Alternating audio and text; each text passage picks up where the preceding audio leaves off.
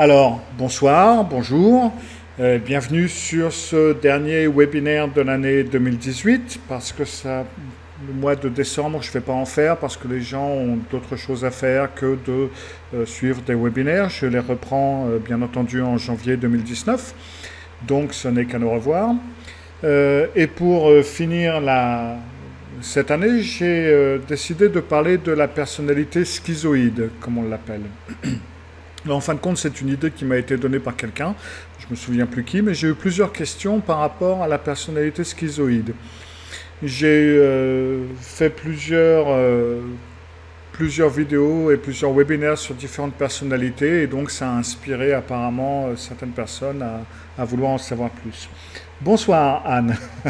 Ah bah c'est bien, tout le monde arrive. Ok, bien que je sais que Anne est arrivée un petit peu avant. Alors, qu'est-ce que c'est que la personnalité schizoïde? Alors, je vais commencer par les grandes lignes et puis après on ira plus dans les différents principes de cette personnalité. Alors, la personnalité schizoïde est une personne qui est seule, qui est très solitaire, qui, de par sa façon d'agir, fuit toute autre approche et toute autre personne. Ça va être une personne qui va se garder dans son coin, mais plus que la personnalité évitante dont j'ai parlé dans une autre vidéo, ça va beaucoup plus loin que la personnalité évitante, car il y a aussi un côté émotionnel, c'est-à-dire que la personnalité schizoïde ne va pas donner l'impression d'avoir d'émotions. Alors, elle connaît les émotions, à l'inverse du sociopathe qui ne les connaît pas. Donc elle connaît les émotions, elle peut les reconnaître, et on suppose qu'elle les a, mais elle ne les exprime pas, ou c'est un petit peu comme si rien vraiment ne touchait cette personnalité. Ça peut être très handicapant dans beaucoup de domaines, dans le domaine de la vie de tous les jours. Et par exemple, cela veut dire que c'est une personne qui... elle n'est pas handicapée, elle va pouvoir travailler et vivre une vie, à part ça, plus ou moins normale. Mais par exemple, pour ce qui est du travail, de la profession, elle ne pourra pas travailler, par exemple, avec d'autres personnes ou dans un groupe ou quelque chose dans ce genre-là. Mais elle pourra parfaitement travailler toute seule dans son coin, avec un ordinateur ou quelque chose qui lui permet d'être absolument tout seul et renfermé un petit peu dans son monde. Du fait où ces personnes ne sont pas proches des autres, ont des difficultés à se rapprocher émotionnellement d'autres personnes, très peu, voire pas du tout, de personnalités schizoïdes sont mariées ou vivent en couple. Parce que avoir quelqu'un dans son environnement, avoir quelqu'un dans son appartement, vivre avec quelqu'un qui est à vos environs constamment, ils ne peuvent pas supporter ce genre de choses. Ça ne marche pas du tout. Les relations, même si on pouvait dire ça un peu plus à distance ou si on se voit de temps à autre, ça marche pas non plus parce que dans tout ce qui est relation, il va y avoir une communication d'émotion, une communication émotionnelle. Et la personnalité schizoïde ne donne pas l'impression de réagir à tout ce qui est langage émotionnel et ne paraît pas capable de démontrer quelque forme que ce soit d'émotion.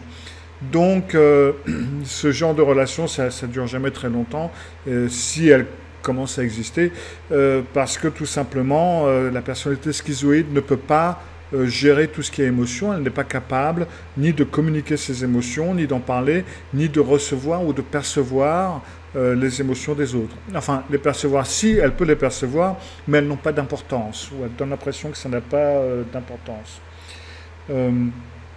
Il y a Anne qui me demande, se peut-il que cette personne en souffre?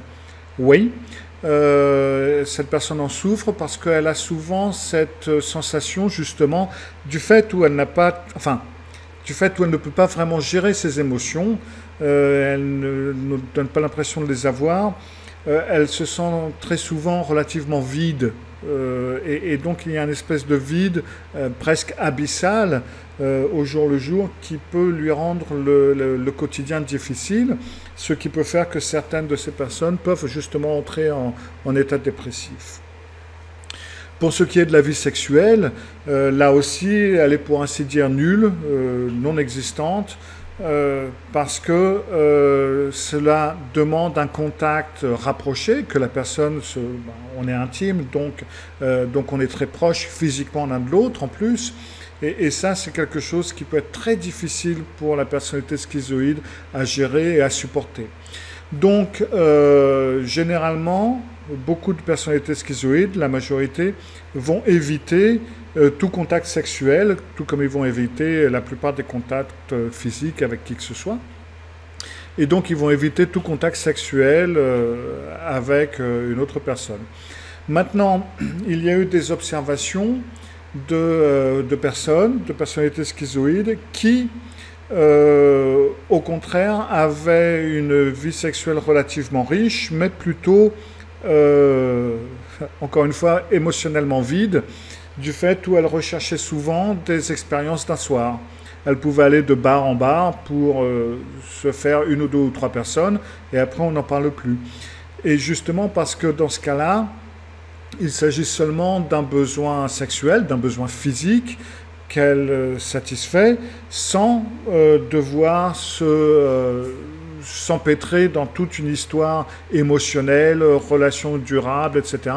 Ça lui permet donc de sauter de l'un à l'autre, presque au premier degré, sans lendemain. Donc on peut aussi avoir des personnalités schizoïdes qui, justement, vont avoir une vie sexuelle apparemment très active, mais avec des partenaires très changeants et sans vouloir entrer dans une relation quelle qu'elle soit. Alors, peut-on dire qu'il y a dans cette apparente insensibilité, au contraire, une très grande sensibilité, que c'est une forme de protection en quelque sorte? Alors, ça c'est une question que Anne me pose. Pour l'instant, et comme on le verra un petit peu plus tard, malheureusement, il n'y a pas beaucoup d'études sur la personnalité schizoïde. Elle a été laissée un petit peu à l'écart, pour une raison que je ne m'explique pas. Mais ça peut être une théorie, tout comme c'est une théorie de la sociopathie, qui dit qu'en fin de compte, les sociopathes, au départ, sont hypersensibles, tellement hypersensibles qu'ils ne peuvent pas gérer le truc, et qu'ils tombent tout simplement en espèce de porte blindée, en quelque sorte, qui le coupe totalement de toute émotion. Est-ce que cela pourrait être l'explication de la personnalité schizoïde? Peut-être. Pour l'instant, il n'y a pas d'études dans ce sens, il n'y a pas de preuves dans ce sens, mais ça peut être une théorie, pourquoi pas. Alors, il y a plusieurs signes, il y a plusieurs principes dans la personnalité schizoïde qui ont été définis dans ce qu'on appelle le DSM-4, le DSM-5 aujourd'hui, c'est-à-dire c'est ce guide des différents problèmes psychologiques qui a été édité par l'APA, donc American Psychiatric Society, ou American Psychiatric, ouais, et donc qui fait que on a plusieurs signes, plusieurs caractéristiques de la personnalité schizoïde, et on dira que si une personne a au moins 4 de ces signes, ou plus, donc, on peut la compter comme une personnalité schizoïde. Alors, attention, maintenant, il ne faut pas jouer les psys en herbe, c'est seulement des guides, parce que ce genre de diagnostic doit être, bien entendu, posé par un professionnel. Alors, Émilie me demande, ce type de personnalité peut-il faire suite à de nombreuses déceptions? Est-ce réversible? Quelle différence avec le sociopathe? Alors, ça n'a absolument rien à voir avec les déceptions. On verra ça un petit peu plus tard lorsque je parlerai des causes de la personnalité schizoïde. Ça n'est pas réversible, ça on verra ça aussi un petit peu plus tard. Quelle différence avec le sociopathe? Il y en a énormément, il y en a beaucoup, et ça je vous propose de voir mon webinaire sur le sociopathe, parce que dans ce cas-là vous pourrez plus facilement comparer. Dans tout ce que l'on... Enfin, euh, pour répondre un peu plus en profondeur à Émilie, justement, et pour pouvoir... ce qui est en relation avec ce dont je vais parler en ce moment, quand on définit, quand je fais ces webinaires sur une personnalité schizoïde, la personnalité narcissique, la personnalité ou le sociopathe, là on parle de personnalité, c'est-à-dire qu'on ne parle pas d'un problème psychologique comme une phobie ou comme une angoisse ou comme d'autres problèmes. On parle de personnalité, on parle de structure de personnalité. C'est-à-dire que c'est une personnalité qui a certains points, un certain nombre de points communs, qui fait qu'on peut, c'est une personnalité dysfonctionnelle, donc qui donne un problème à la personne qui la vit, plusieurs problèmes même, ou aux personnes qui l'entourent, et peut même être un problème à la société dans le cas des sociopathes. Et donc, ce que l'on dit, c'est donc des personnalités dysfonctionnelles. Dans les personnalités dysfonctionnelles, il n'y a, on ne peut pas en guérir, on ne peut pas guérir de sa personnalité, on ne peut pas renverser sa personnalité. On peut améliorer ou atténuer ou renforcer certains traits de notre personnalité, bien entendu, mais dans la plupart des cas des personnalités dysfonctionnelles, rien ne peut être fait, généralement. On peut éventuellement aider certains points, mais dans la plupart des cas, rien ne peut être fait. Parce que c'est une question de personnalité, ce n'est donc pas ni une maladie, ni un problème psychologique bien défini. Alors pour mieux définir ce genre de personnalité, dans certains cas, par exemple le sociopathe, il faut que tous les traits de caractère soient en place avant qu'on puisse dire que cette personne est sociopathe. Pour d'autres personnalités, comme la personnalité schizoïde ou comme la personnalité narcissique, par exemple, on dira qu'il faut un certain nombre de traits de caractère, il faut qu'il y ait un certain nombre de traits de caractère en place avant qu'on puisse parler de personnalité narcissique ou schizoïde ou ce que vous voulez. Donc les traits de caractère de la personnalité schizoïde, sur ces traits de caractère, il y en a 9, il faut qu'il y ait au moins 4 traits de caractère qui soient en place. S'il y a 4 traits de caractère ou plus, on peut commencer à parler de personnalité schizoïde. Et plus il y a de traits de caractère présents, et plus la personne va être atteinte, si on veut dire ça comme ça, ou plus la personne sera répondante à la personnalité schizoïde. Alors, la personnalité schizoïde ne désire pas de relations proches du tout. Elle n'a aucun intérêt là-dedans. Elle n'en a pas envie, elle ne les recherche pas, ça ne lui dit rien. Et même, elle va les éviter. Elle va éviter toute relation proche. Et ça inclut également la famille. Là, il y a Anne qui me demande s'il y a un caractère héréditaire à cette personnalité. Ça, je vais en parler dans un instant quand on arrivera aux causes de la personnalité schizoïde. Deuxième point, elle va choisir presque toujours des activités solitaires, c'est-à-dire qu'elle ne choisira, pour ainsi dire, jamais des activités de groupe, quelles qu'elles soient. Elle va toujours choisir des activités qui vont lui permettre de se tenir à l'écart ou d'être à l'écart d'autres personnes et de pouvoir faire son petit terrier, si on veut dire ça comme ça. C'est donc une personne qui n'est que très peu intéressée, qui n'est que très peu intéressée à avoir des relations sexuelles, voire donc pas du tout, comme je viens d'en parler. Et c'est une personne qui n'a de plaisir que dans très peu d'activités, voire pas du tout également. C'est-à-dire que c'est une personne qui n'aura pas de passion. Et c'est un peu ça qui pose problème en disant que c'est une personnalité qui peut-être a été hypersensible et qui a donc utilisé la personnalité schizoïde comme un moyen de protection, parce que dans ce cas-là, il y aurait quand même certains plaisirs à certaines activités, certains hobbies ou certaines passions. Et il est très rare que la personnalité schizoïde ait une passion, rien ne l'intéresse, rien ne la motive, rien ne l'intéresse vraiment. Donc, elle fait que très peu d'activités, juste suffisamment d'activités pour survivre, si on peut dire ça comme ça.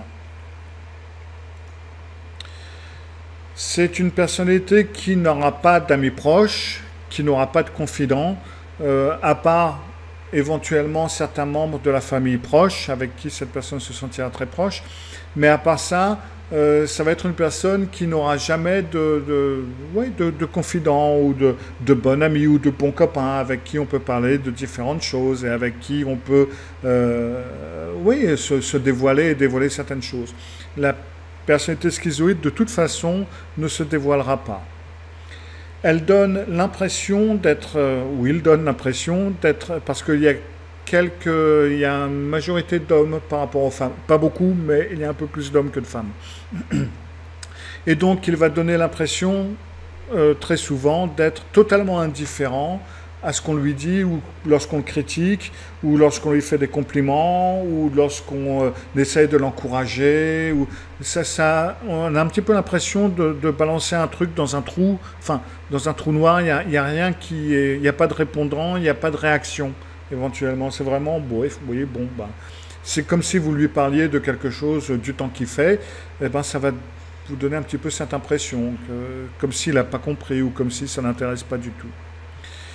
Et donc, il va montrer une froideur émotionnelle pour tout. On a vraiment l'impression que rien ne le touche, et un petit peu comme s'il était détaché du monde environnant, un petit peu comme s'il était un martien, en fin de compte. Donc, si ces points-là, si vous avez 4 de ces points-là au moins qui sont en place, on peut commencer à parler de la personnalité schizoïde. Alors là, j'ai Roland qui me dit « Mais cette personnalité est ainsi peut-être pour se protéger de son milieu familial surtout ?» Non. Non. Non. Je sais qu'en France, on est bien imprégné de la psychanalyse et que tout vient de la famille, mais ça n'est pas le cas non plus dans ce cas-là. Alors encore une fois, il pourrait y avoir beaucoup plus d'études sur le sujet qu'il y en a, ce n'est pas le cas, mais il y a quand même eu pas mal d'études de fait quand même, et donc on s'est rendu compte que il y a un facteur génétique dans cette personnalité. Alors, là j'ai écrit les troubles du groupe A partagent les mêmes facteurs génétiques, c'est-à-dire la personnalité schizoïde, la schizophrénie et la schizotypie, entre autres. C'est parce que dans le DSM 2, 3, 4, 5, dans ce fameux bouquin qui réunit tous les différents problèmes psychologiques. Le chapitre, la partie qui est réservée aux troubles de la personnalité est divisée en 3 parties qui sont nommées les parties le groupe A, le groupe B et le groupe C. Et donc la schizophrénie, la schizotypie et la personnalité schizoïde sont donc dans ce même groupe, avec d'autres bien entendu. Et on s'est rendu compte parce que donc on les groupe par rapport à certains traits de caractère communs qui pourraient des fois justement mener à ce qu'on fasse qu'on se perde un petit peu. Donc tous ces groupes, enfin tous les troubles de ce fameux groupe, du groupe A, donc là où appartient la personnalité schizoïde, on s'est rendu compte qu'il y avait certains facteurs génétiques, certains problèmes génétiques qui revenaient, qui étaient communs à ce qui est la schizophrénie, la schizotypie et la personnalité schizoïde. Donc il y a un facteur génétique commun, il y a une partie génétique commune.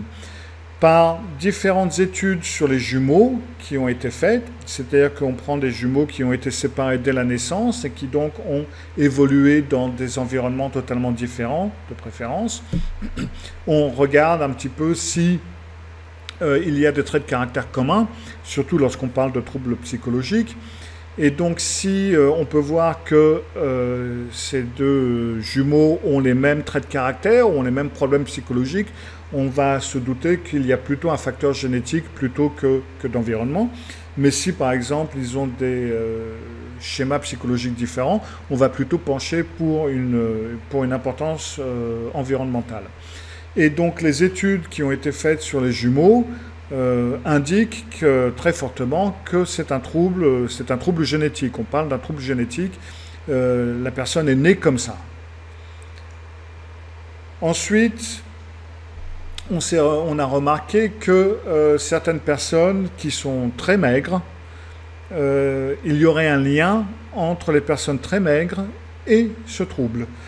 Alors, maintenant, je ne parle pas de personnes qui ont des troubles de l'alimentation, il n'est pas question de ça du tout, mais il est question de personnes qui apparemment peuvent manger un peu tout sans grossir, peuvent même avoir un problème par rapport à cette maigreur.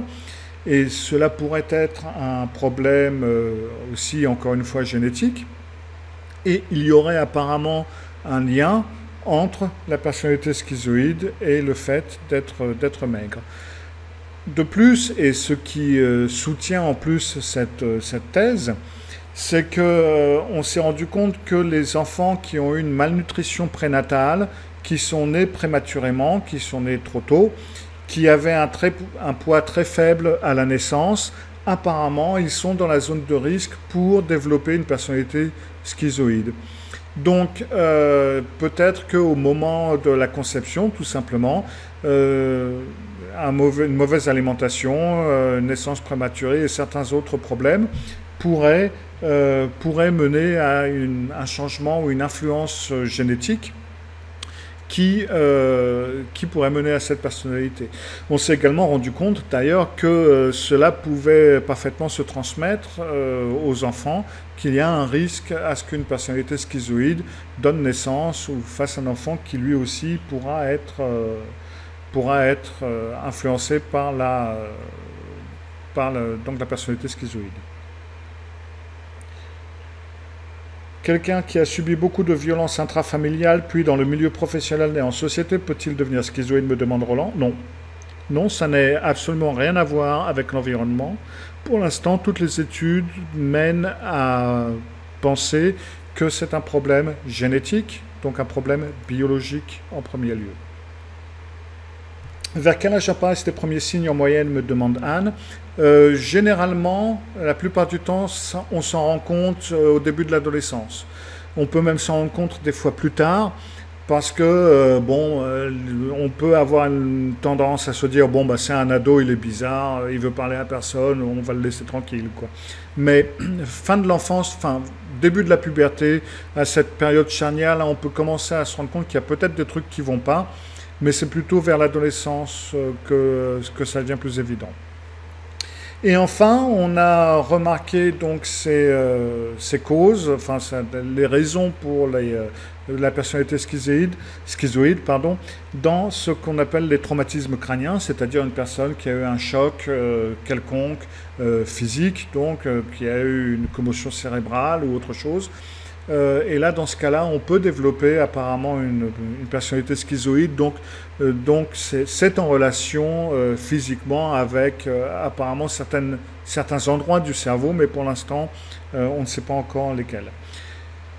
Pour l'instant, ce sont les seules causes que l'on a pu trouver qui pourraient être la cause de cette personnalité. Donc, encore une fois, cela n'a absolument rien à voir ni avec la famille, ni avec la société, ni avec d'autres choses. Enfin, la société, si, on pourrait dire que le fait de faire naître des enfants trop tôt, le fait de manger des produits pleins de produits chimiques, etc., peuvent avoir une influence sur la grossesse, sur le développement de l'embryon, peut-être. Mais ça sera, pour l'instant, les seuls symptômes, si on veut dire ça comme ça, qui pourraient avoir une influence, c'est le seul moment où l'environnement pourrait avoir une influence. Est-ce qu'il y a une corrélation avec les performances intellectuelles? Ça, c'est difficile à juger parce que les personnalités schizoïdes ne participent que très rarement à quelques tests que ce soit. Logiquement, on pense que non, mais est-ce que c'est parce qu'on veut être politiquement correct ou parce que c'est prouvé? Je ne pourrais pas vous dire. Maintenant, si on a une personnalité schizoïde, est-ce qu'on peut y faire quelque chose? Rarement. Rarement. Comme tous les problèmes de personnalité, les symptômes descendent, les symptômes deviennent plus faibles. Après l'âge de 40, 45 ans, 50 ans, là, les symptômes peuvent peuvent diminuer d'intensité. Pas toujours, mais ils le peuvent. On n'a pas non plus vraiment d'explication à ça. À part ça, on peut avoir des personnalités schizoïdes en thérapie, parce qu'elles peuvent parfaitement suivre une thérapie et la comprendre, donc on pourrait se douter que leur performance intellectuelle soit comme les autres. Mais ça, c'est surtout pour gérer un problème précis, et c'est généralement très court. C'est-à-dire que si, par exemple, on a une personnalité schizoïde qui a un problème récurrent vis-à-vis de son quotidien et qu'elle aimerait bien gérer, elle va venir chez le thérapeute pour régler ce problème-là. Et ce sera généralement quelque chose de relativement court. Et puis, une fois le problème résolu, elle disparaîtra et peut-être qu'elle reviendra encore plusieurs mois ou même plusieurs années après pour régler un autre problème bien ciblé et bien précis. Mais elle ne viendra pas pour améliorer sa personnalité, pour vivre mieux avec telle et telle personne, pour la bonne raison qu'elle ne voit pas l'intérêt de ce genre de choses. Ça ne l'intéresse tout simplement pas. Elle ne voit pas ça comme un problème et ça ne l'intéresse pas de changer. Donc, les thérapies qu'il y a, c'est généralement très ciblé sur un problème donné et puis après la personne disparaît. De plus, on ne pourra pas avoir une thérapie sur la durée avec une personnalité schizoïde pour la bonne raison que arrive un moment où on devient plus intime, qu'on le veuille ou non, il y a ce qu'on appelle le transfert dans n'importe quelle forme de thérapie, et ça va être quelque chose qui va faire fuir la personnalité schizoïde. Donc en fin de compte, si en tant que thérapeute, si on doit travailler sur un certain point avec une personnalité schizoïde, on se doit en fin de compte de rester aussi neutre que possible et de gérer le problème aussi rapidement que possible pour éviter de l'effrayer en quelque sorte et puis qu'il quitte tout simplement la thérapie. Il y a eu quelques essais médicamenteux ou ce que l'on veut, mais ça n'a jamais marché pour l'instant. Alors, si la personnalité schizoïde peut avoir une tendance à la dépression, on peut lui donner des antidépresseurs, bien entendu, mais ça ne marche pas dans la durée de toute façon. Donc, point de vue médicaments, point de vue tout ce qui a traitement par les pilules, ça ne marche pas non plus. Donc, si vous connaissez ou si vous avez une personne dans votre entourage qui a une personnalité schizoïde, vous n'avez pas grand-chose d'autre à faire que d'accepter qu'elle soit comme ça et d'être aussi compréhensif que possible et d'être là si il ou elle a besoin de vous à un moment donné. Surtout donc ne pas essayer de le pousser ni à une thérapie ni à un traitement quelconque parce que ça risque tout simplement de l'effrayer et de toute façon ça ne marchera pas. Il y a Anne qui me demande: retrouve-t-on certains traits de cette personnalité dans d'autres troubles de la personnalité? Si oui, dans quels autres troubles les retrouve-t-on? Désolé, pas simple la question. Non, c'est vrai. Ouais. On retrouve certains de ces troubles dans la personnalité évitante, mais à un degré beaucoup moindre. À un moment donné, il était même question de faire disparaître le terme personnalité schizoïde du dictionnaire et en fin de compte de mettre un degré supplémentaire à la personnalité évitante en disant que si une personnalité évitante allait beaucoup plus loin dans cette personnalité, elle deviendrait une personnalité schizoïde. Et que je sache, ils n'ont pas accepté ce principe, mais maintenant rien ne dit qu'ils vont le reprendre pour le DSM-6. J'ai fait également un webinaire sur la personnalité évitante que vous pouvez retrouver sur malka.tv ou même sur YouTube. Et donc il y a aussi certains points de caractère qui seront en commun avec la personnalité schizophrène ou avec le schizophrène, où il y aura certains points communs. Donc ça sera... Bon, après on peut retrouver certains points dans d'autres personnalités, mais là où est aussi l'un des problèmes avec la personnalité schizoïde, c'est que ça dépend un petit peu beaucoup disent que ça dépend un petit peu de la société dans laquelle on vit.